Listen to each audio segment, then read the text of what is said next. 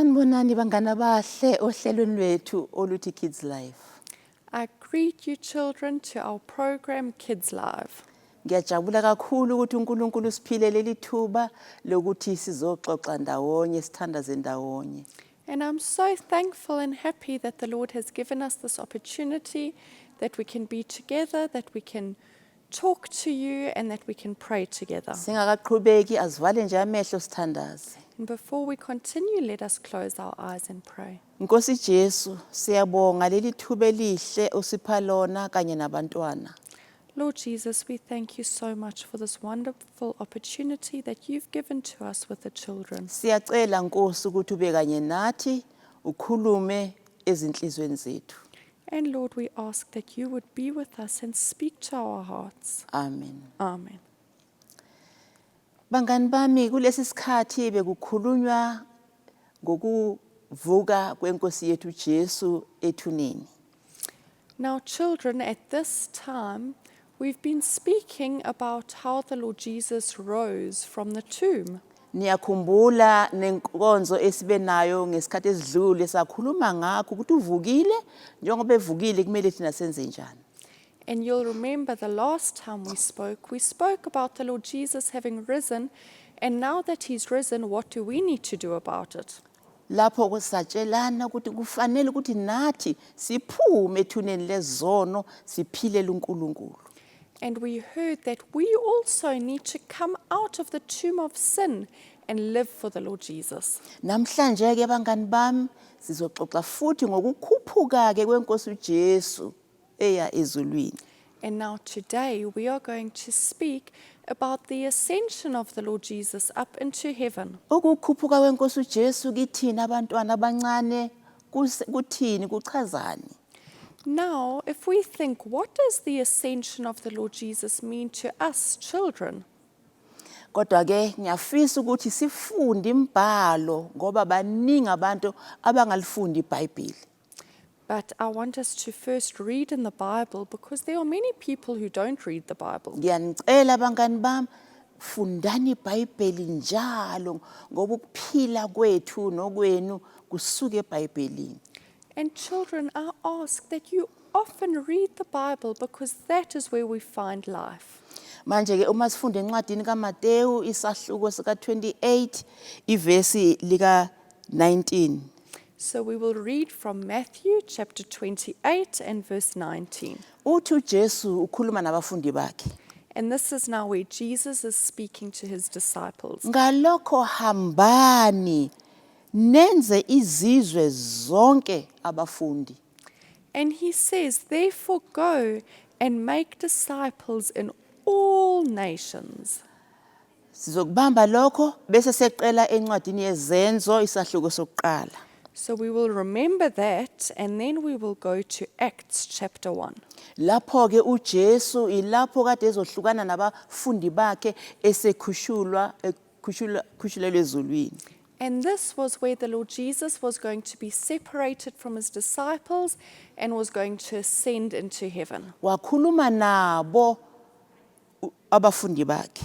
And the Lord Jesus spoke to his disciples. Ngithanda siqale lapha evesini lika 8.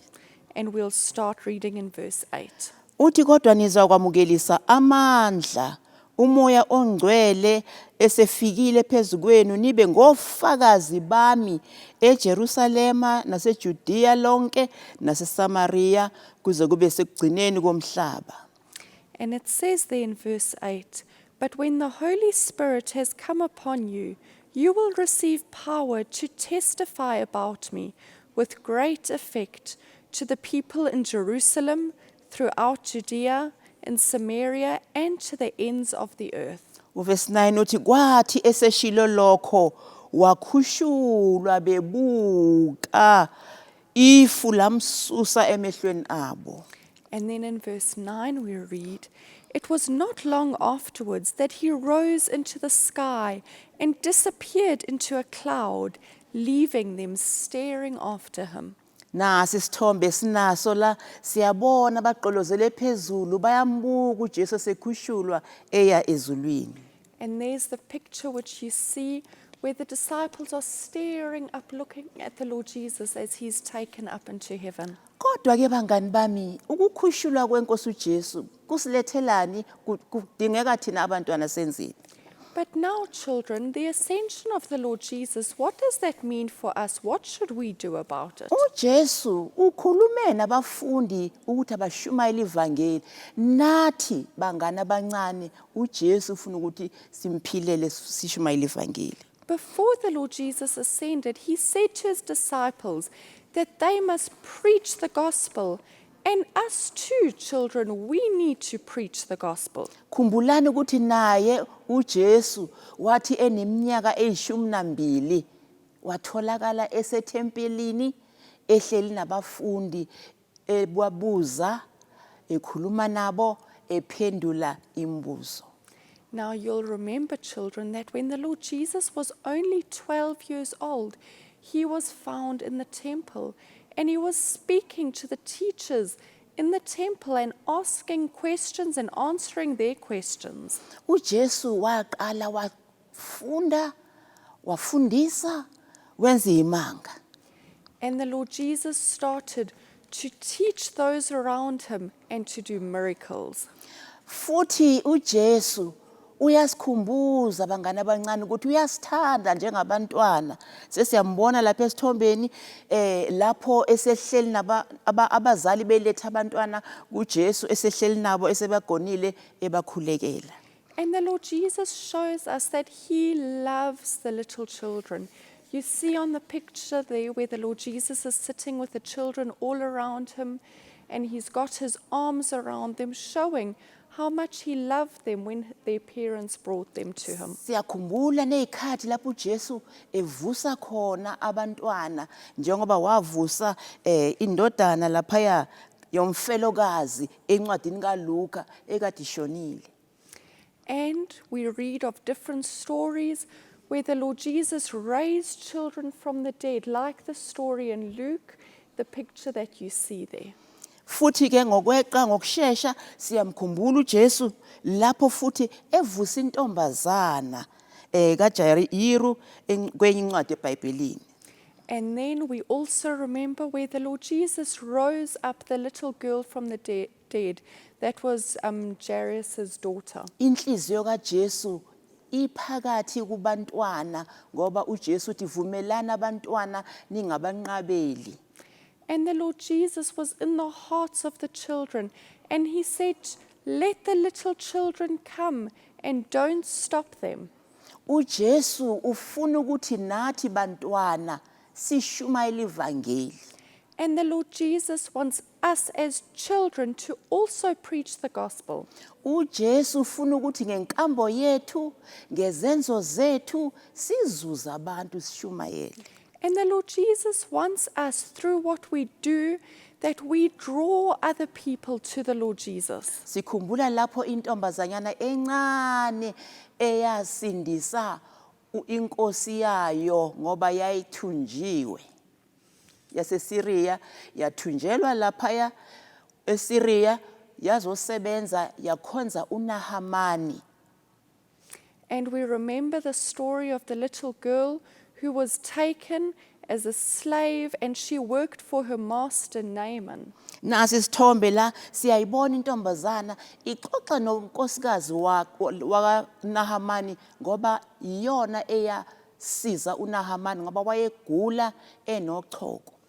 And here on the picture you see the little girl speaking to Naaman's wife because she was the one who helped Naaman, because remember he was sick and had leprosy. Intombazana yashumayela ivangeli ngoba yasindiswa indoda uNahamani yaze yaphenduka yakhonza uNkulunkulu walentombazana. And this little girl was preaching because what happened in the end was that Naaman got converted and he also served the Lord Jesus that this little girl served. Khumbulani umntwana uSamuel esethempelini ekhonza esebenza kanye phansi kwaEliya. And you remember the little boy Samuel who was working in the temple with Eli the prophet.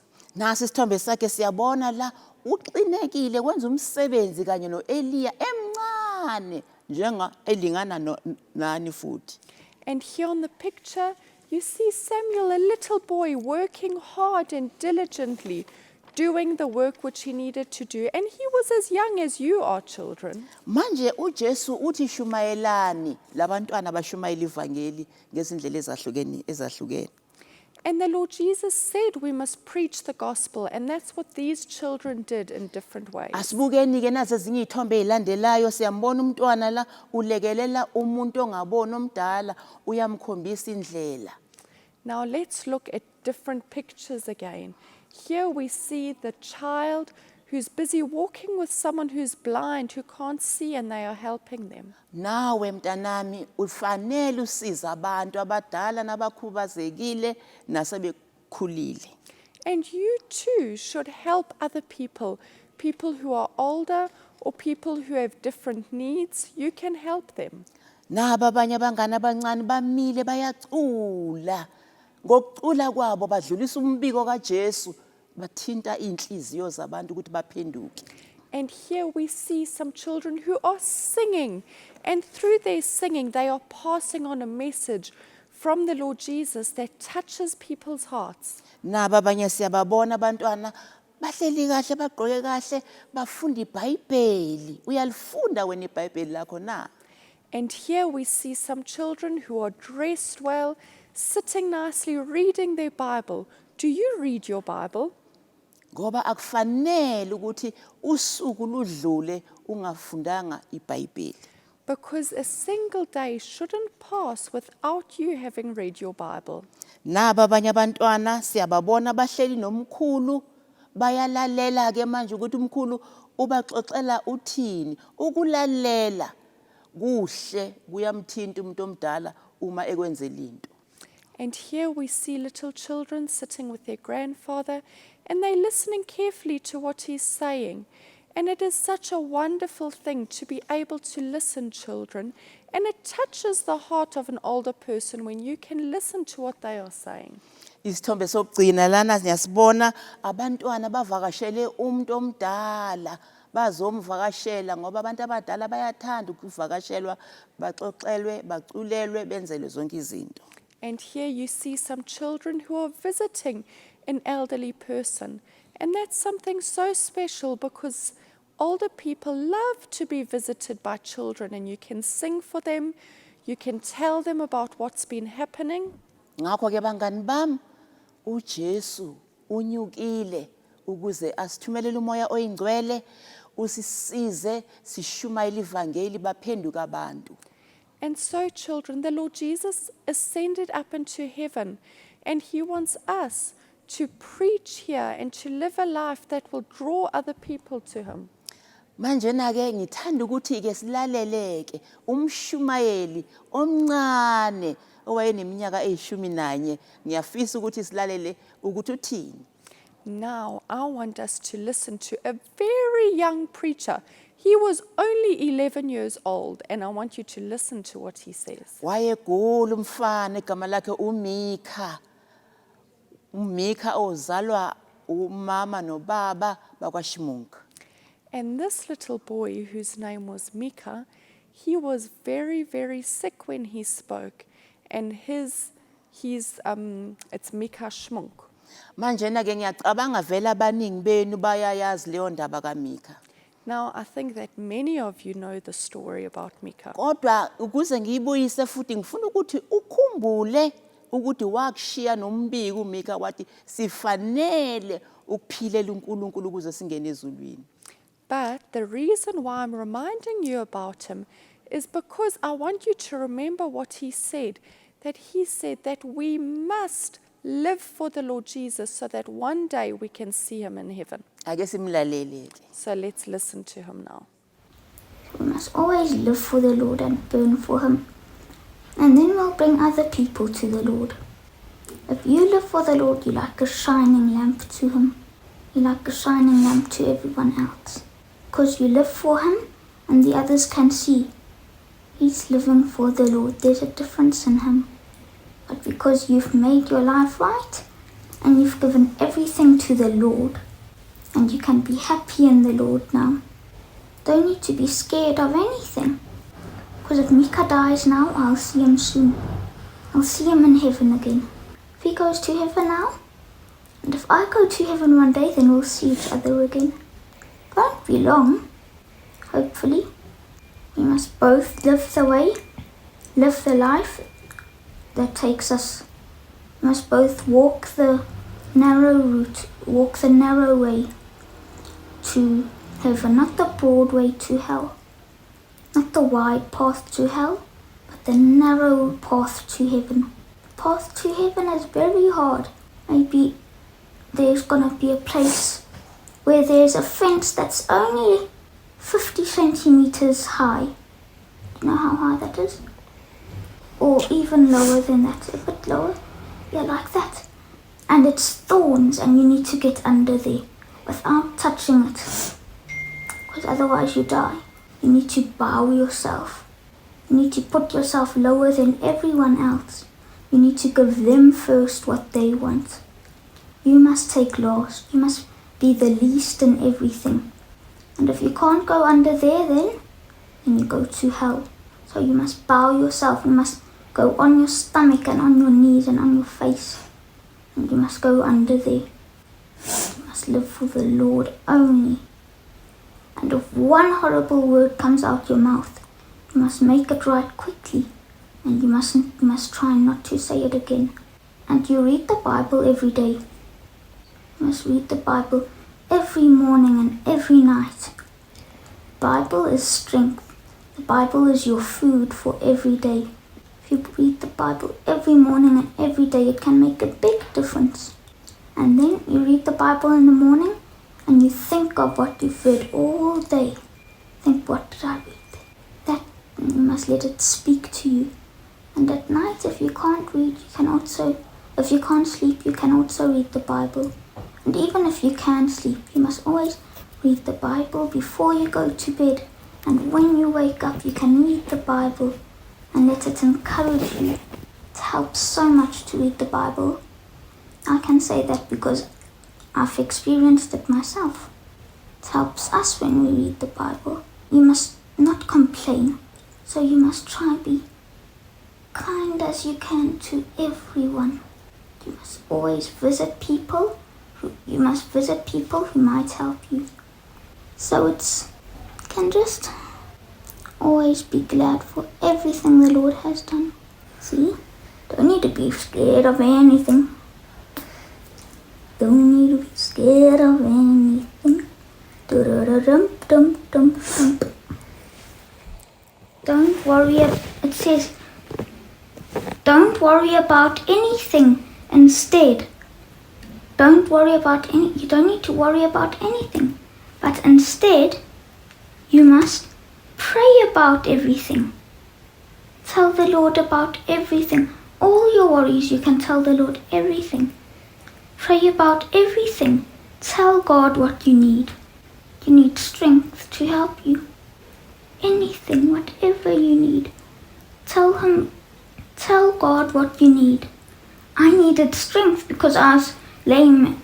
I couldn't walk, I was lame, and I couldn't use my arms. Do you see? Like I showed you. And I gave it to the Lord. I told him, Lord, I need you. And he helped me. And thank him for all he has done. Now he's helped me.